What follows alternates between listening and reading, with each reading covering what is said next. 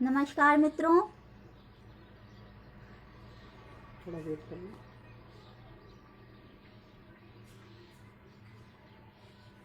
पाँच minute wait कर लो।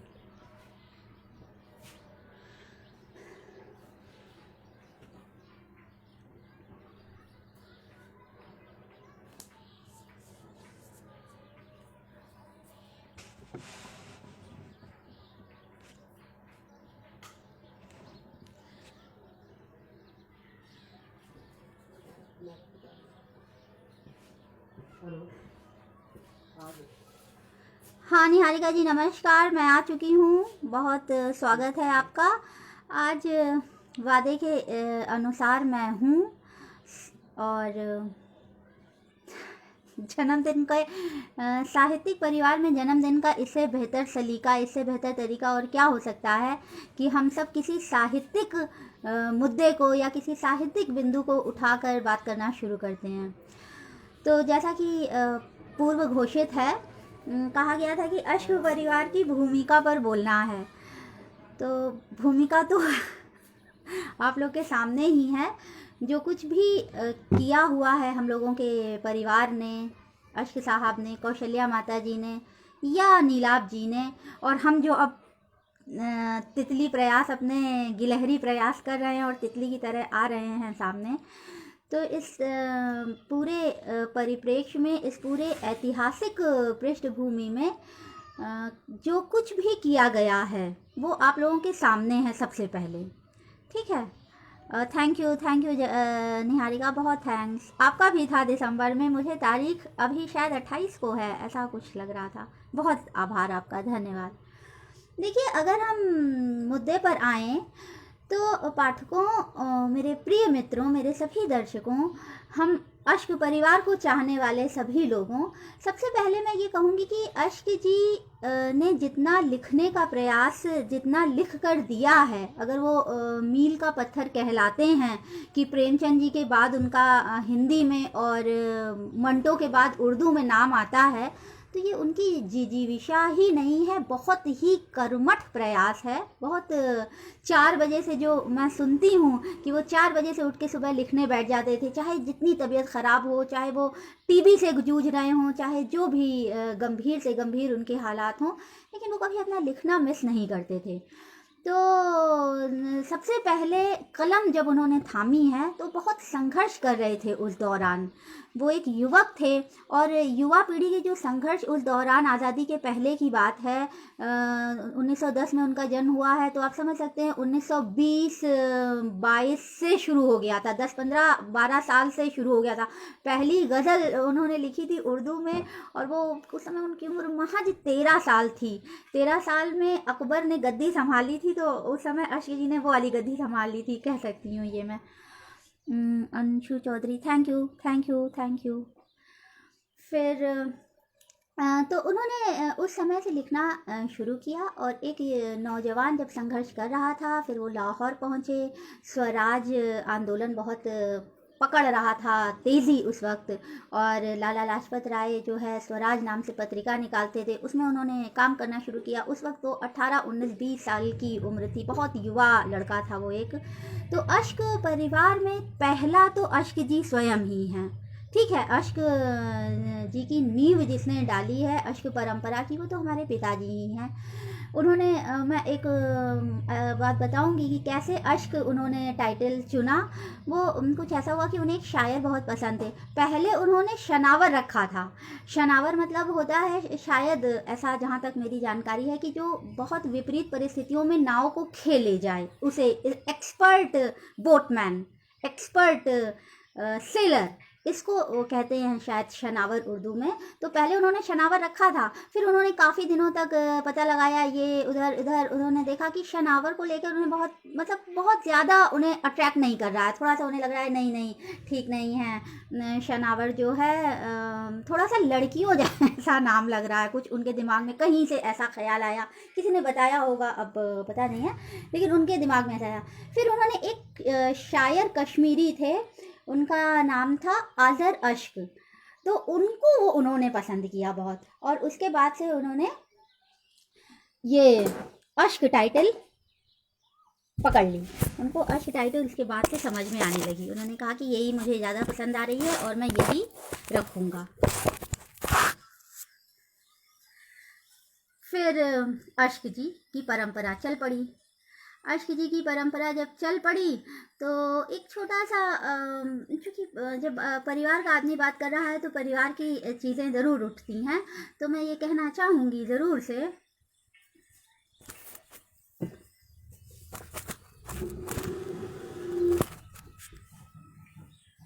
हाँ, तो मैं ये ज़रूर बताना चाहूँगी।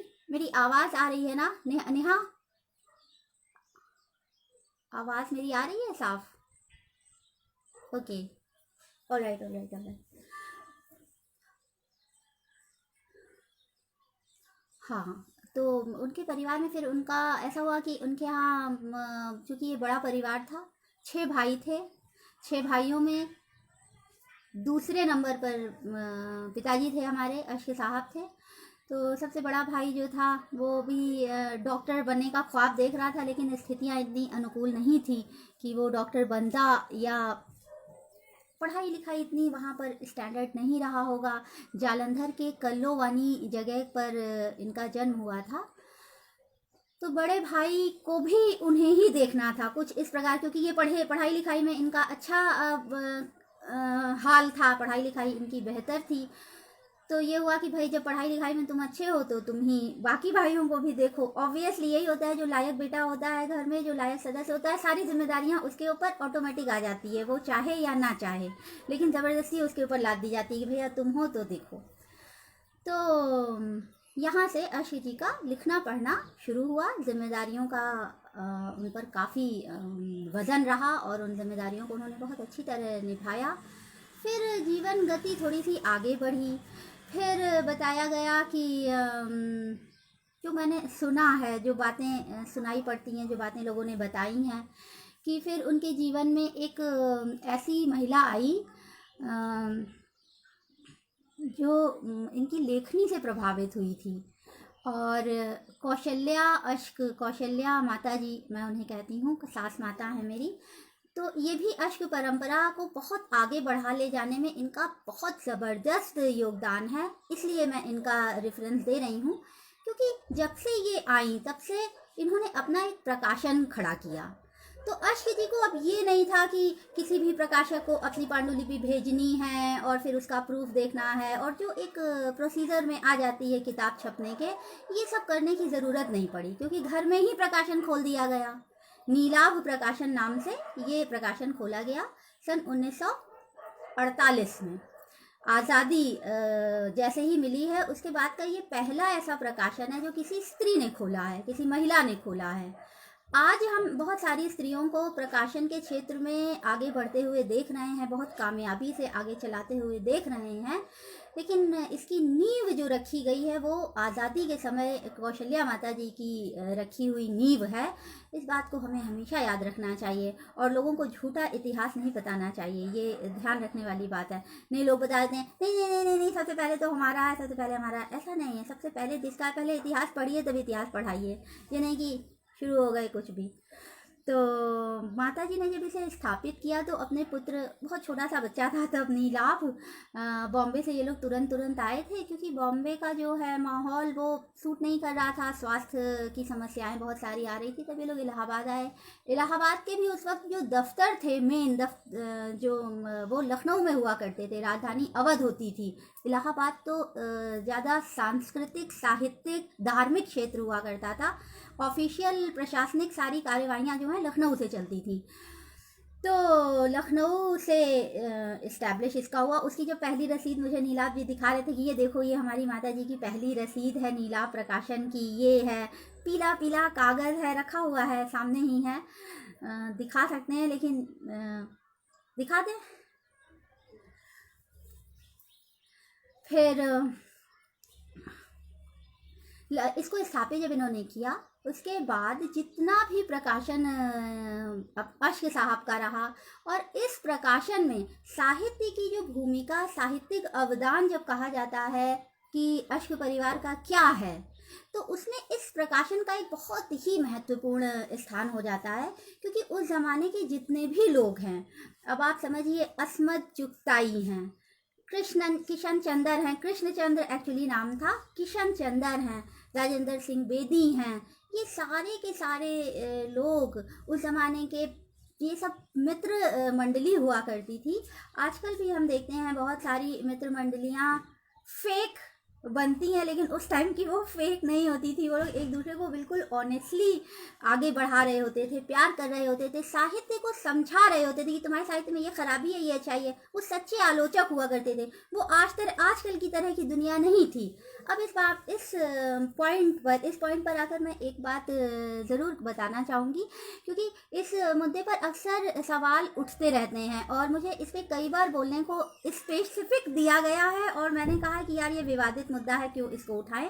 लेकिन आज मैं इस मुद्दे पर छोटी सी 1 मिनट की बात ज़रूर कहूँगी। जैसे मंटो हैं, मंटो भी पिताजी के अच्छे मित्रों में थे, ठीक है। मंटो मेरा दुश्मन करके पूरी किताब पिताजी ने निकाली है। वो बहुत जीर्ण शीर्ण हालात में है, अभी सामने ये भी रखी हुई है, बहुत टूटी फूटी है ये, बहुत सी, देखिए एकदम हालात इसके ख़राब है। मैं एक एक पन्ना लेकर पढ़ती हूँ तो इसमें एक एक बारीकी से बताया गया है कि मंटो मेरा दुश्मन नहीं था, मंटो मेरा दोस्त था। लेकिन मंटो एक ऐसा व्यक्ति था जो अपनी आलोचना बर्दाश्त नहीं करता था, ठीक है। इसमें पिताजी ने कई उदाहरण भी दिए हैं। उन्होंने जैसे कहा, जैसे डॉस्टोयेव्स्की है, जैसे शेक्सपियर है, जैसे मिल्टन है, इन लोगों के हालात बहुत ख़राब थे, लेकिन इस खराब हालात के बावजूद उनके वो हालात उनके साहित्य की क्वालिटी को ख़राब नहीं कर सके, डिस्टर्ब नहीं कर सके, स्पॉइल नहीं कर सके, ये बात है। तो ये इनको बताने की कोशिश कर रहे थे मंटो को। अब मंटो को ये बात नहीं पसंद आ रही है। वो कह रहे नहीं, सब लोग मेरी तारीफ करते हैं, तुम भी बस तारीफ करो। अब ये उस वक्त उर्दू नवीस थे, सब उर्दू में ही लिख रहे थे, सबकी ज़बान उर्दू थी। तो पिताजी बहुत समझाने का प्रयास कर, उन्होंने कहा, जैसे मैं एक छोटा सा उदाहरण देती हूँ। जैसे उन्होंने कहा स्त्री पर तुम लिखते हो, तो स्त्री की सिर्फ 2 ही समस्या नहीं है। एक तुम लेते हो जिस्म फरोशी, एक लेते हो सामूहिक बलात्कार जो आज़ादी के दंगों के दौरान हुआ।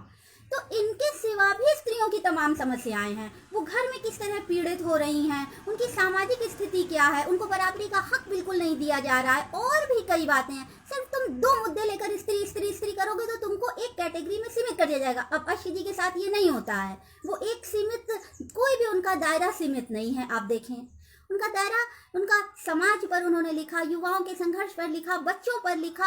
अरे उनकी तो बैगन का पौधा कहानी पे लोग कहते हैं ये तो कृषि स्पेशलिस्ट है वो। अरे कृषि विश्वविद्यालय कोई था, उसने इन किताबों का ऑर्डर दे दिया गया था कि ये जो है कृषि संबंधी है। आप उनका रेंज देखिए, आप उनके वो देखिए कितनी दूर दूर तक उनकी पहुंच है लिखने की। तो लिखना एक मुद्दे पर या एक बिंदु तक, एक दायरे में, एक सीमा में सिमट जाना नहीं होता है। आपका दायरा जितना विस्तृत होगा, आपके रेंज जितनी दूर तक जाएगी, उतने दूर तक पाठक आपको समझेंगे और पाठक आपके बढ़ेंगे। ये होता है। अभी मंटो जी के साथ ये नहीं है। फिर मंटो जी नाराज होते रहे, तमाम बातें उन्होंने कही। एक सेंटेंस उन्होंने कहा था, यू आर माई एनिमी दो यू आर माई फ्रेंड। ये मंटो ने कहा था और उन्होंने मुझे बताया, उन्होंने इस किताब में भी लिखा है, नीलाभ जी ने भी मुझे बताया था कि विक्टोरिया उस समय चलती थी। बग्घी जो है, बग्घी विक्टोरिया की शेप में आ गई थी अंग्रेज़ों के ज़माने में, यही बोली जाती थी। तो बता रहे थे कि विक्टोरिया नंबर 36 में मरीन ड्राइव से अपने घर जाते हुए अश्क और मंटो आमने सामने बैठे थे। तो मंटो जी ने अश्क जी से ये कहा कि ठीक है, हालांकि इन्हीं ने बुलाया था बॉम्बे कि तुम बॉम्बे आ जाओ, दिल्ली छोड़ दो। यहाँ दिल्ली में दोनों आकाशवाणी में काम कर रहे थे और पिताजी वहाँ रहते थे 30 हजारी के सामने। वो घर मैंने देखा है एक्चुअली। जब 30 हजारी में मेरी शादी हो रही थी तो वो हो रहा था कि जज बैठने वाला है, थोड़ा इंतज़ार करो। तो हम लोग को पैदल टहलाते हुए नीलाभ ले गए। कहते हैं चलो तुमको वाला घर, तुम्हारे ससुर का घर दिखा दूँ जहाँ मंटो से बड़ा कटाजो जी कर रहे थे वो। तो मैंने कहा अच्छा। कहते हैं तब मैंने वो घर देखा। पिताजी वहाँ रह रहे थे, तो पिताजी यहाँ रहते थे और अश्क जी भी समीप ही कहीं रहते थे और दोनों रेडियो स्टेशन में मिलते थे और दोनों की एक एक दिन की बातें इतनी इतनी विस्तृत और इतनी रोचक और इतनी दिलचस्प है। मैं इसे कोशिश करूँगी कि सामने आप लोगों के ला सकूँ, बहुत जल्दी इंशाल्लाह ऐसा होगा। तो ये मेरा कहने का मतलब है कि अश्क जो है वो दायरों में नहीं है, उनकी रेंज लिमिटेड नहीं है, और ना उन्होंने लिमिटेड रेंज वालों को प्रकाशित किया अपने यहाँ से। नीलाभ प्रकाशन जो है, जब वो कृष्ण चंद्र जैसे लोगों को, राजेंद्र सिंह बेदी जैसे लोगों को, इस्मत चुगताई जैसे लोगों को अपने साथ के इतने बड़े बड़े, ये सब मील के पत्थर हैं, ये अपने आप में दे आर ऑल माइलस्टोन्स। ये इनकी रेंज आप देखें, चुगताई मैम की आप देखें, आप कृष्ण चंद्र की तो कमाल है, मुझे तो बहुत ही पसंद है। राजेंद्र सिंह बेदी का ही देख लें, कोई भी इनकी किताब आप उठाएंगे तो आप ये नहीं देखेंगे कि लिमिटेड रेंज में तैर रहे हैं, बढ़िया तैराक हैं। तो तैराक का नाम तैराकी में तभी होगा जब वो विपरीत हालात में या हर तरह की नदी में या हर तरह की लहरों में तैर ले जाएगा।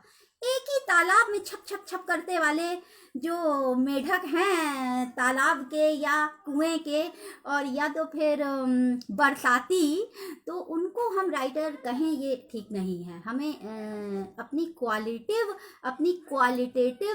शार्प पॉइंट ऑफ व्यूज, अपनी आइज और बढ़ानी पड़ेगी, अपनी रेंज खुद भी बढ़ानी पड़ेगी कि बस तुमने मेरी तारीफ कर दी, मैंने तुम्हारी कर दी, हो गई कहानी खत्म। ये 15 लोग हैं, 15, आई टेल यू 15 लोग हैं बस। जैसे एक उदाहरण अगर दिया जाए, मैं किताब का नाम तो नहीं लूंगी, लेकिन एक किताब है, उसके 10 पाठक हैं, ठीक है।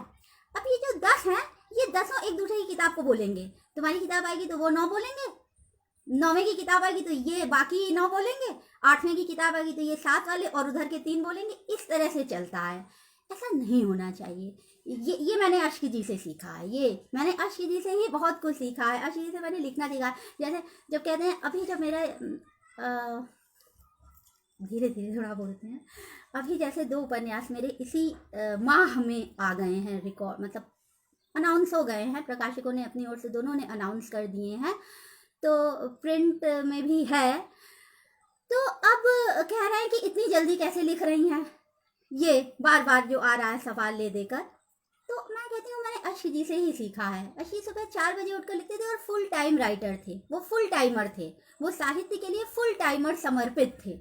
वो ये नहीं है कि हम जो है नौकरी कर रहे हैं फलाने इंस्टीट्यूट में, फलाने राज्यसभा के दफ्तर में, फलानी जगह हम पत्रकार हैं, लाखों लाख सैलरी ले रहे हैं, लेकिन उस दफ्तर में अपनी जिम्मेदारियों से बचने के लिए कि भाई हमको तो साहित्य में, हमें तो कवि गोष्ठी में जाना है, तो सैलरी वहां से लेंगे और काम गोष्ठियों में करेंगे। ये इसलिए नहीं है हम लोग साहित्य में। हम हुए, नीलाभ जी हुए, अश्क जी हुए, हम लोग इसलिए नहीं हैं। हम लोग काम चोरी के लिए साहित्य में नहीं हैं, हम लोग अकर्मण्यता के लिए, हम लोग कमीनापंती के लिए साहित्य में नहीं हैं, हम लोग क्या कहते हैं, दूसरों की बखिया उधेड़ने के लिए साहित्य में नहीं हैं। हम साहित्य में साहित्य की सेवा करने के लिए, चाहे वो माता जी हों। मैं माता जी के लिए बताऊं, और जब ये नीलाभ प्रकाशन उन्होंने स्थापित किया है, उस वक्त संघर्ष के हाल ये थे, आप विश्वास नहीं करेंगे। एक बात छोटी सी बताऊंगी, हालांकि मुझे लगता है नीलाभ जी होते तो मना करते बताने को, लेकिन चूंकि एक बहुत स्त्रीगत बात है और मैं उनकी बहू पढ़ती हूँ तो मैं बता सकती हूँ। समझिए, नीलाभ प्रकाशन का दफ्तर जहाँ है कॉफ़ी हाउस के बगल में इलाहाबाद में, हमारा इलाहाबाद में बहुत प्यारा सा शोरूम है किताबों का, वही हमारा नीलाभ प्रकाशन का दफ्तर है, और उसका गोडाउन हमारे मकान में है, 5 खुसरो बाग रोड पर। तो कॉफ़ी हाउस के बगल में जो दफ्तर है, बहुत बड़ा सा शोरूम है। आप लोग जो इलाहाबाद के रहने वाले हैं, बहुत सारे लोग उन्होंने देखा होगा, जिन्होंने नहीं देखा है, मैं इलाहाबाद आती हूँ तो मैं दिखाऊंगी कभी ना कभी। तो उस प्रकाशन में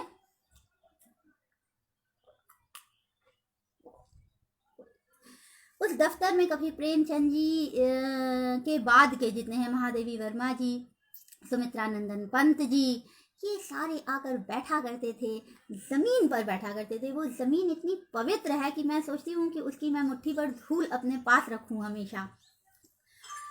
तो इस प्रकाशन पर जब हम लोगों ने, जब उन्होंने खोला था, उस ज़माने में आसपास, मैं जो बात बताने जा रही थी, आसपास बहुत दूर दूर तक कोई टॉयलेट नहीं थी। कॉफ़ी हाउस में थी तो वहाँ हमेशा आदमी थे। कोई महिला वहाँ नहीं जा सकती थी। और माता जी की उम्र उस वक्त रही होगी 30 से 35-40 के आसपास, ये जिस समय की बात है। और वो पैलेस सिनेमा हॉल हुआ करता था, वो वहाँ से करीब 1 किलोमीटर की दूरी पर है, कम से कम। ओके। और वो टॉयलेट जब भी उन्हें जाना होता था वो वहाँ जाती थी। और उसके एक टॉयलेट जाने के लिए आप सोचिए, उस ज़माने में, ये 40वें दशक की बात है, उस ज़माने में जब किसी को पहले वो ताकें कि कोई आए, और या तो फिर वो खुसरो बाग घर में फ़ोन करें कि कोई यहाँ आ जाए, फिर किसको वो तंग करें, क्योंकि ऐसी स्त्री तो थी नहीं कि आजकल की चाल प्रपंच वाली कि इतना ड्रामा करती हैं आजकल की औरतें, वो उस ज़माने की तो थी नहीं। वो तो 100 बार सोचेंगी तो एक बार फ़ोन करेंगी, ऐसी थी अपने लिए। दूसरे के लिए वो एक बार सोचेंगी तो 100 बार फ़ोन करेंगी, वो ऐसी स्त्री थी, इतनी उदार थी। मैं क्या बताऊँ उनके बारे में, ज़्यादा कहेंगे तो कहेंगे इतनी तारीफ़ कर रही है अपने घर वाले की, है कि ना। लेकिन वो सास हैं, लोग सासों की बहुएं तारीफ़ नहीं करती, लेकिन मैं कर रही हूँ क्योंकि वो हैं ऐसी। तो उन्होंने इंतज़ार किया है कितनी कितनी बार कि कोई चपरासी आ जाए, कोई घर का नौकर आ जाए, इत्तेफाक से कोई आ जाए, उन्होंने टॉयलेट जाना हो। और आप सोचिए वो कितनी यंग एज की उस टाइम रही होंगी, तमाम ज़रूरतें होती हैं टॉयलेट की एक स्त्री को, और वो 1 किलोमीटर जाती थी और वहाँ से आती, और वहाँ घबराई रहती थी कि प्रकाशन में मेरी किताबें कोई ना ले जाए, कोई चोर ना आ जाए, कोई उठा ना ले जाए, क्योंकि क्या भरोसा किसी का। तो देखिए आप, कितना इसे कहते हैं संघर्ष, ये संघर्ष है। और उस समय उनके बच्चे को उन्हें पालना था, 2 बच्चे थे उनको, उन्हें पालना था। एक मानसिक रूप से रोगी था, जो दूसरा बच्चा था दूसरे का था जिसे उन्हें पालना था, उसे। और नीलाभ जी को, जो ज़रूरत से ज़्यादा तेज थे, जिनकी कमांड हर चीज़ में है, और फिर सबका इतना आदर करना है। अभी जब ये किसानों का आंदोलन हो रहा है, अगर इस समय माता जी होती तो उनका बहुत बड़ा कुछ योगदान वहाँ ज़रूर हो रहा होता, क्योंकि उस वक्त फिर बाद में 60s में जब युद्ध हुआ तो सैनिकों के लिए उन्होंने कई किताबें निकाली। वो भी किताब है, बड़ी खूबसूरत सी है, मुझे कभी नीलाभ जी ने दिखाया था, कहीं है या दफ्तर में ही शायद दिखाया था, खुसरो बाग कॉफ़ी हाउस के बगल वाले दफ्तर में, वहाँ पर रखी है। वो रेशम के उसकी जो कवर है वो सच्चे रेशम के कपड़ों से सजी हुई है, और वो सैनिकों के लिए एक एक पन्ने में एक एक राखी, एक एक कविता, इस तरह की किताब बनाई थी। एक इतनी सुंदर किताब, ये सब साहित्यिक अवदान की ही टुकड़े हैं। देखिए आप, एक और आपको मैं बताऊं, एक किताब उन्होंने निकाली, वो भी मुझे दिखाई, वो मैंने अभी देखी थी, हाल में ही दफ्तर में रखी थी। वो चांदी के कवर पर है। आपने जैसे देखा होगा, जैसे कि गुरु ग्रंथ साहिब रखे रहते हैं, बहुत मोटे कवर होते हैं उसके, तो वो कवर उनका चांदी का बनाया उन्होंने। ये हमारे प्रकाशन की स्पेसिफिक किताबें हैं कुछ, और ऐसा पत्तल नहीं कि हल्का सा पतरा सा कि भैया चांदी कहने के लिए, इतना मोटा है कि उसको मतलब 1-2 किलो की वो चांदी है केवल, ऐसी किताब है वो। एक किताब मैंने देखी थी, अभी वहाँ रखी हैं सारी ये, उसमें लकड़ी की नक्काशी है, लकड़ी की खूब बढ़िया नक्काशी कवर पर है। तो इतने शौक से, मेरा कहने का मतलब ये है कि इन किताबों की कवरिंग, इन किताबों को सजाने में इतनी मेहनत, इतना उन्होंने स्पेशल ऑर्डर दे दे के बनवाया जब जिस तरह से है, तो लगता है कि देखो इसको साहित्य से प्यार है। ये अगर फलाने की किताब निकाल रहा है तो इस तरह से निकाल रहा है, फलाने की किताब निकाल रहे हैं तो इस तरह से निकाल रहे हैं, ये बातें हैं। और उनमें पूरी पूरी पीढ़ी है। 60 के दशक के जो राइटर्स रहे हैं, इनको ज़्यादातर हम लोगों ने सबसे पहले छापा है, माता जी ने सबसे पहले।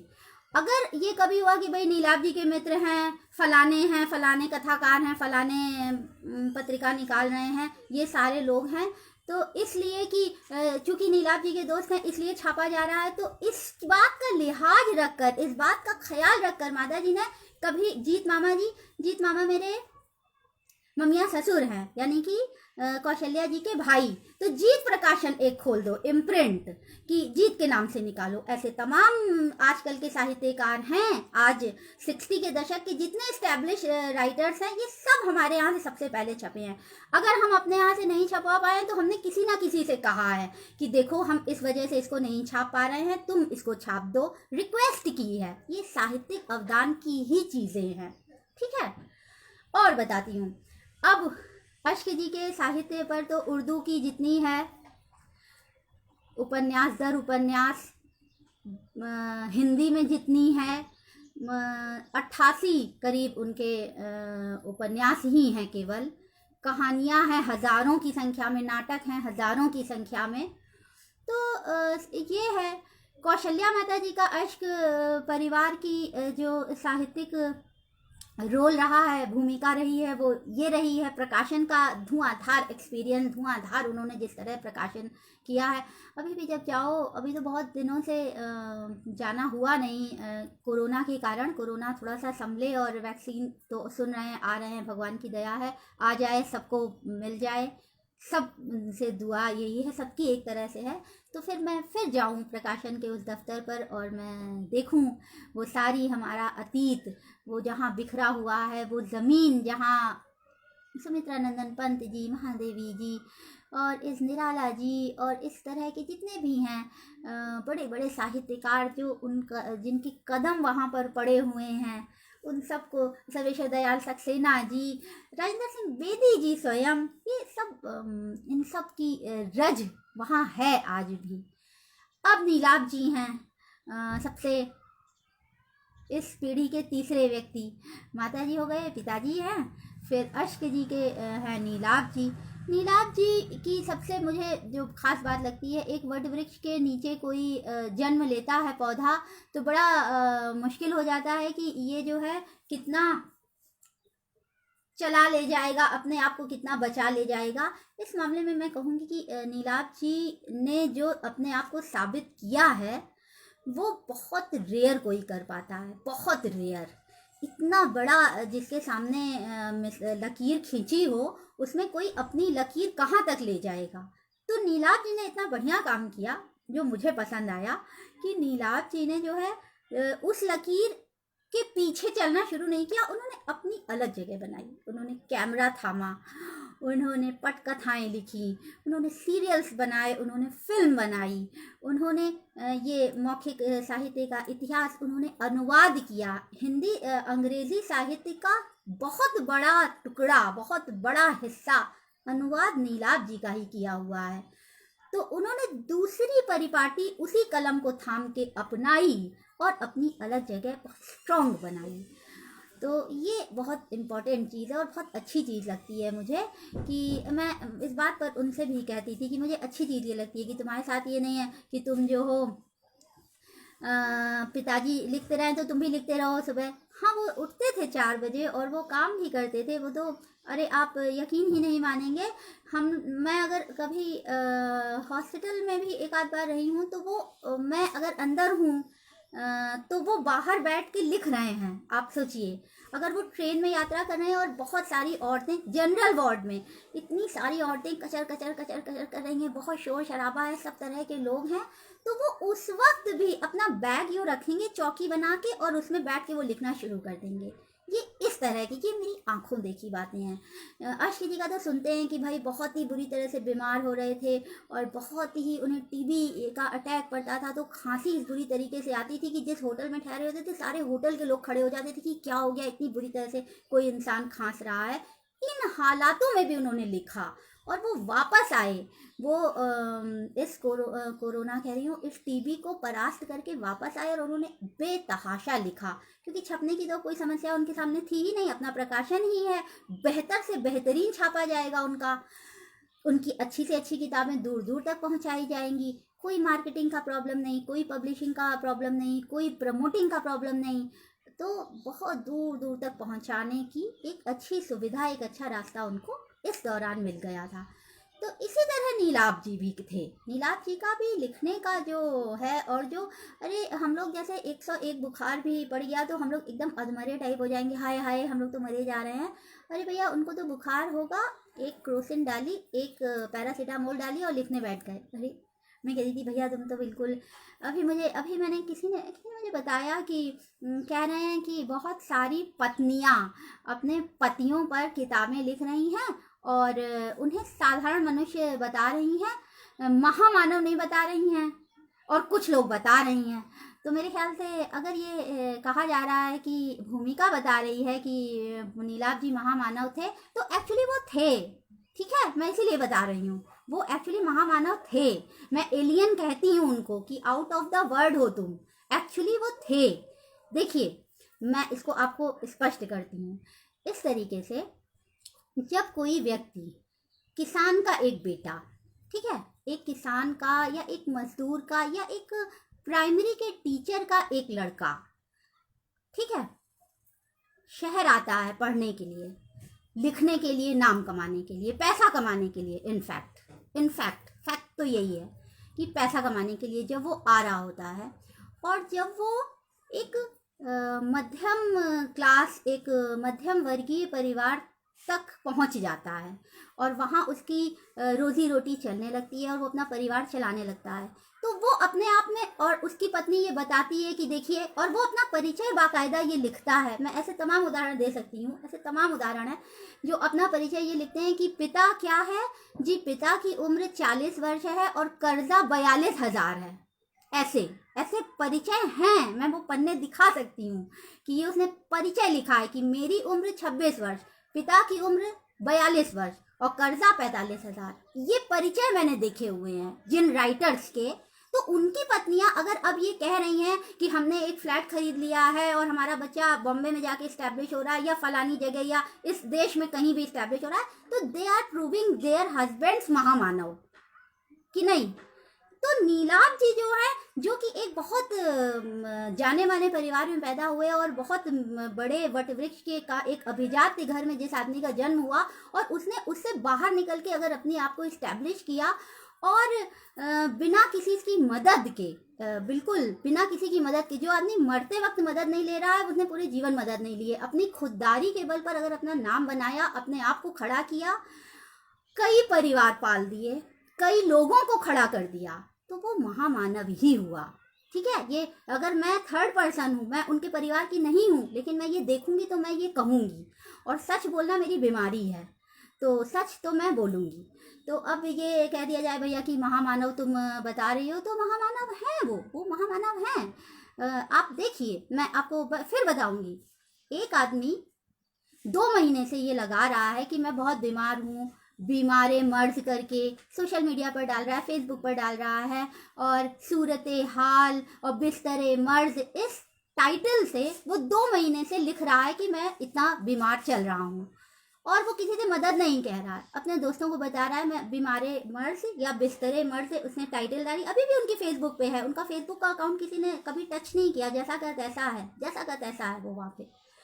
तो वहाँ पे उन्होंने टाइटल लाई और उनका आज मैं सूरज देख रहा हूँ, कुर्सी पर बैठा हुआ हूँ, हिम्मत नहीं पड़ रही है, और ये तो इसका मतलब कि वो बीमार आदमी है। अगर आप उसके 4 मित्र हैं जो नीलाभ के नाम पर खड़े हुए हो, तो तुम लोग को खुद ऑटोमेटिक उनके पास मदद के लिए जाना चाहिए, पर ना कोई उनके पास मदद के लिए आया और ना उन्होंने किसी से कहा कि आओ और मदद करो।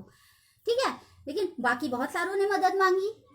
मैं कह रही हूँ, मैं गवाह हूँ इस बात की। मैंने उन्हें कहा कि ये लो एप्लीकेशन, इस पर साइन कर दो, मैं तुम्हें किसी बहुत अच्छे अस्पताल में भर्ती करती हूँ, और ये साहित्य एकेडमी तुमने ठुकरा दिया है, तो क्या साहित्य एकेडमी एक सरकारी संस्था है, तुम्हारी थोड़ी सी हेल्प हो जाएगी, हम लोग को थोड़ा सा अमाउंट अच्छा मिल जाएगा, फिर ठीक हो जाएगी स्थितियाँ और तुम अच्छे हो जाओगे, फिर तुम लड़ना पहले की तरह।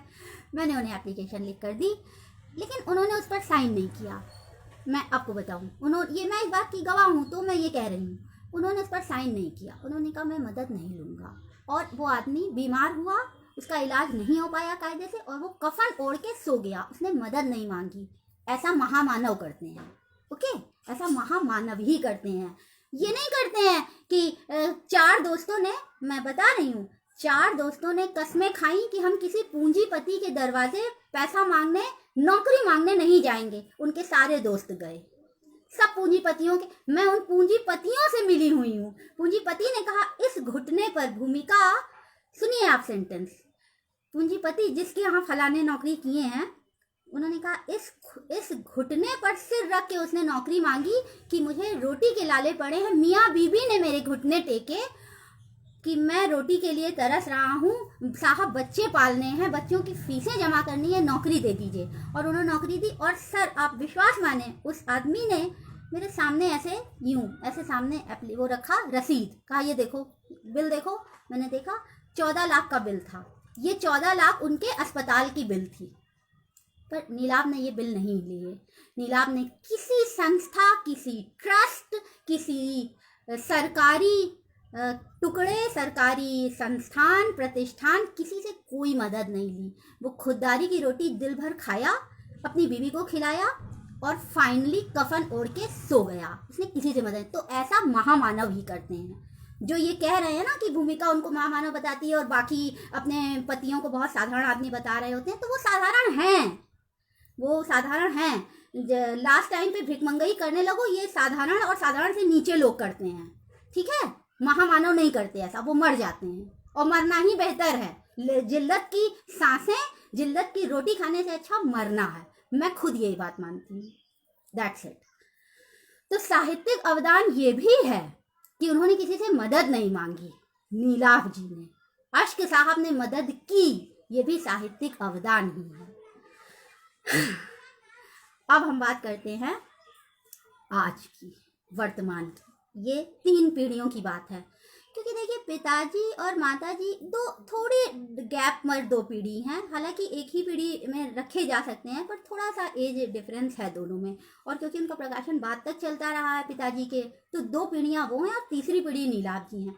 और अब हम भी हैं, अपने आप को हम क्या बताएं, बस है कलम। उनकी इतनी सारी कलमें हैं पिताजी की, फाउंटेन पेन से लिखा करते थे, इतनी सारी है। तो वो सब मैं माथे से लगाती हूँ कि कुछ आ जाए हमें भी। तो इस सीरियल में, इस सीरीज़ में अभी मेरी एकदम नई किताब आई है, लेटेस्ट। इस माह 2 उपन्यास मेरे आए हैं। हालांकि आप लोग जानते हैं कि कहानी संग्रह 2 आ चुका है पहले, और 3 उपन्यास पहले आ चुके हैं, आप लोग जानते हैं। तो उसके बारे में तो बेकार ही है बोलना। फिर जो लेटेस्ट 2 उपन्यास आए हैं, उसमें से एक का नाम है नौशाद और दूसरे का नाम है माणिक कौल। अब इसमें इसलिए ये इत्तेफाक ही कहिए, ऊपर वाले कुछ है ना कि कुछ गॉड गिफ्ट, कुछ आप सभी का आशीर्वाद और कुछ थोड़ी सी मेहनत, ये सब मिलके एक उपन्यास तैयार हो जाता है, ठीक है। तो इसी तरीके से ये तैयार हुए हैं।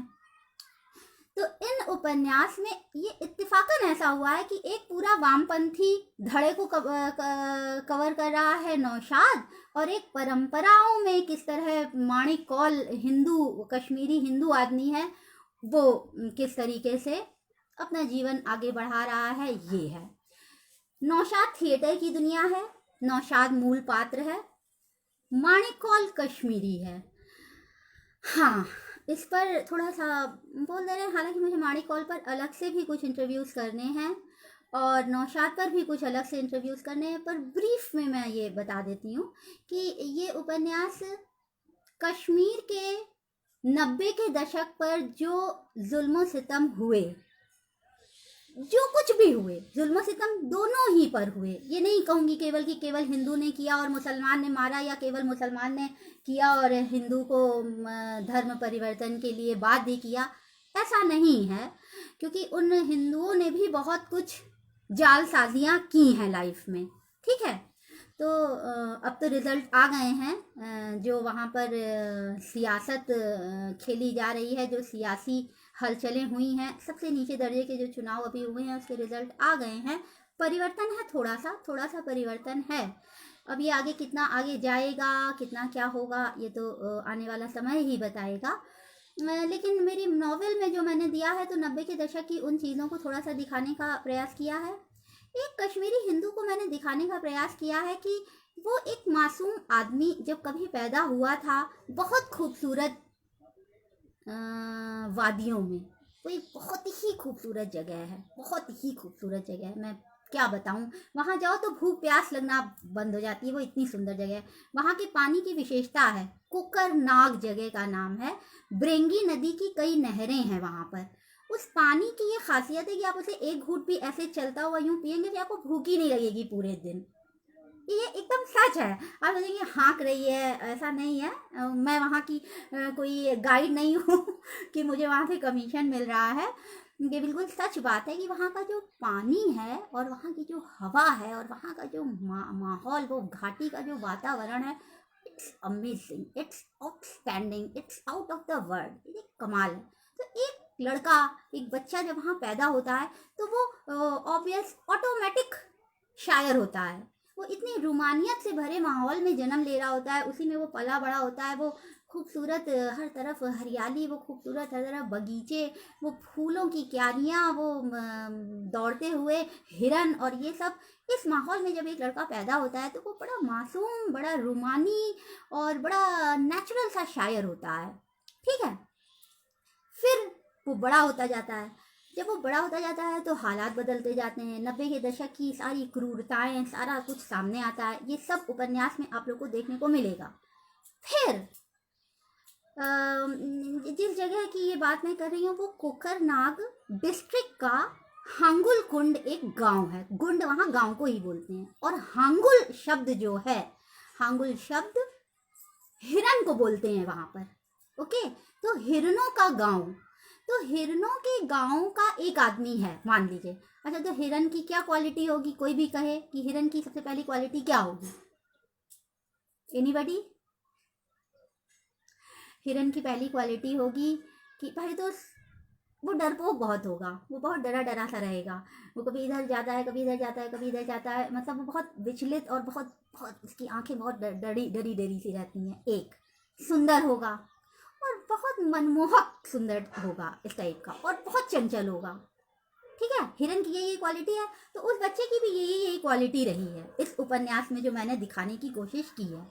लेकिन ये सिस्टम, उसकी महत्वाकांक्षाएं, उसकी उसकी जिंदगी के उतार चढ़ाव, ये सब मिलके एक हिरन को किस तरह किसी भेड़िए में तब्दील कर देते हैं, ये आप इस उपन्यास में बहुत बारीकी से देखेंगे। जो इन चरित्रों से, इस माहौल से, इस सिस्टम के तमाम लोगों से रोजाना रूबरू होते हैं, उनके लिए ये उपन्यास बिल्कुल अपना सा लगेगा।